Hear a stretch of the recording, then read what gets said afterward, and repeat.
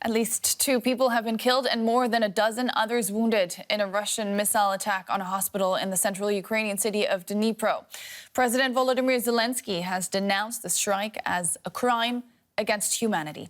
Officials say it was part of a wave of rocket and drone attacks on the Dnipro and Petrovsk region.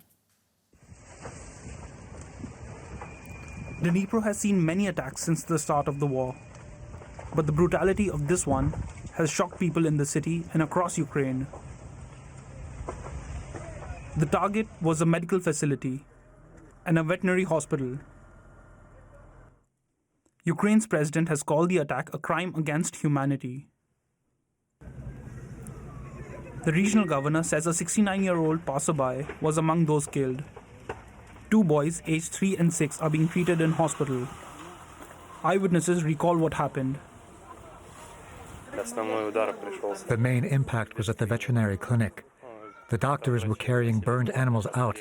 I ran in there to save my cat.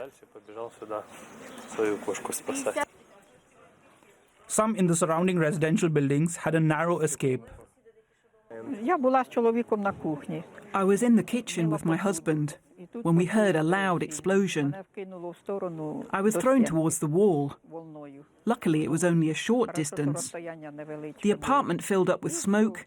The kitchen window was open and stayed intact. But other windows and the balcony were destroyed. It was very frightening. Ukraine's military say they shot down dozens of Russian drones and missiles. But the one that got through was enough to cause considerable destruction.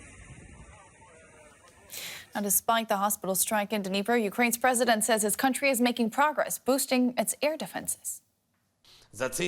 Over the past week, we have made substantial progress in securing modern aviation equipment for Ukraine, which will be key to our air defenses. We're moving forward in defense modernization faster than predicted half a year ago. And for more, we're joined now by Frank Ledwidge. He's a former British military intelligence officer. Welcome back to DW. Now, Zelenskyy, they're reporting big progress on the issue of modern aviation for Ukraine. What does that mean on the ground, though? Well, good evening, Nicole. Zelenskyy there is talking particularly about, I think, about air defences. So Europe is now stepping up, and has been now for the last year, in shoring up what will be for Ukraine later in the year real problems in air defences. The problem is that they're going to be running out of ammunition for their old Soviet stuff. So the German IRIS-T, the American Patriots, the US, Norwegian NASAMS, and a few other systems are shoring up that gap. There will be problems, I think, later this year for ammunition. So that's the purpose of Zelenskyy's, well, that's what Zelenskyy, I think, was talking about. That, of course, and the F-16s question, which we've discussed before. Because according to Ukrainian media reports, in May, more than 90% of Russian missiles were intercepted by these air defense systems. Do you think this is then not sustainable? That's right, over 90%, an excellent hit rate. And clearly they still do have ammunition. The leaks that came out in February indicate, and I think this is fairly reliable, that the Ukrainians were going to run out of ammunition about now. But of course, that doesn't mean it's just going to stop. What they're doing is they're calibrating their use of the ammunition to, against the kind of missiles coming in. In other words, they're calibrating according to what the target's going to be and what the value of it is. They're not going to run out of missiles at any point.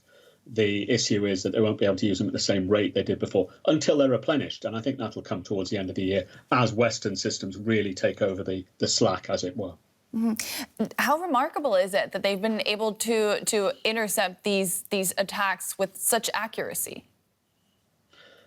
It is historical, I think. It's a historic moment in air power, this. You see the dominance now of ground-based air defense systems wielded by a well-trained, well-motivated, and now increasingly well-equipped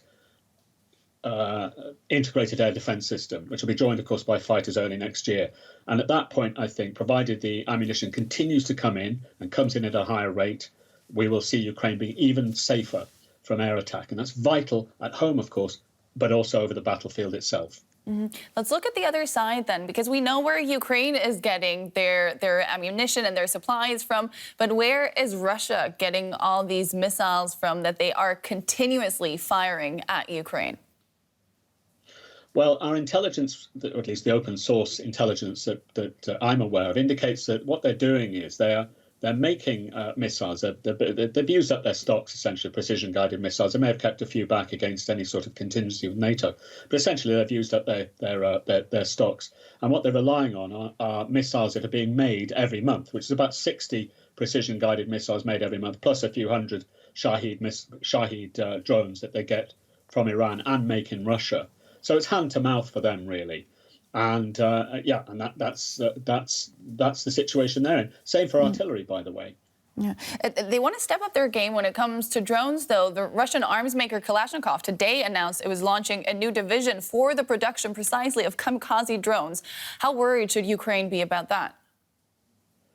Not worried at all. First of all, they've already demonstrated the capability of shooting down kamikaze drones, as they're called, or simply drones or cruise missiles even, in very large numbers, notably the Iranian ones that we've spoken about. But it's interesting, isn't it, that the Russians only announced this now. The British announced, developed and delivered such drones in a period of about 6 months to Ukraine. I'm sure they're inoperational. They have not been announced as such. It's rather slow, I think. They're very slow off the mark, Russia, in this game. And I doubt we'll see anything of that for the next 6 months, or given that it's Russia, a year or so. Former British military intelligence officer Frank Ledwidge, always great talking to you. Thank you so much for your analysis. Thank you, Nicole.